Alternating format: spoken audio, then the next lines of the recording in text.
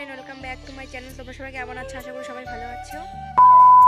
Good morning friend, দেখতে পাচ্ছ আমি মুখ থেকে ঘুমিয়েছিলাম কারণ আমি মশারি টানাই না।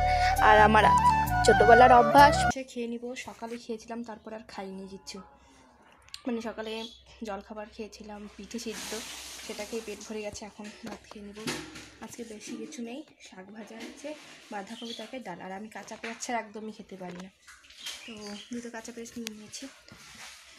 তো টাটা। কিছু মনে করো না তোমরা প্লিজ কথাগুলো শুনে, মানে টাইটেল দেখে। তো মানে এই ধরনের বাড়িতে কাজের মানে ব্লগ ছাড়লে মানে কমেন্ট ভরে যায় যে কাজের মাসি। তো তোমরাই বলো, বাড়িতে কাজ করে কি কেউ কাজের মাসি হয়ে যায়? তাই সেই জন্য একটু মজা করলাম। তো তোমরা কিছু মনে করো না, আর তাদের উদ্দেশ্যেই। তো এইটুকু একটু তো কাজ করতেই হয় বাড়িতে, তাই না বলো?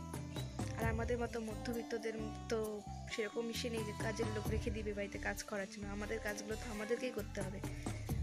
সেটা নিয়েও মানুষ অনেক খারাপ খারাপ কমেন্ট করে। তো একটু মজা করলাম। তো তোমরা কেউ কিছু মনে করলে সবার কাছেই ক্ষমা যাচ্ছি, সরি সবাইকে। তো কালকে এক্সাম আছে, তাই এখানেই টাটা, বাই বাই। নেক্সট ব্লগে দেখা হবে।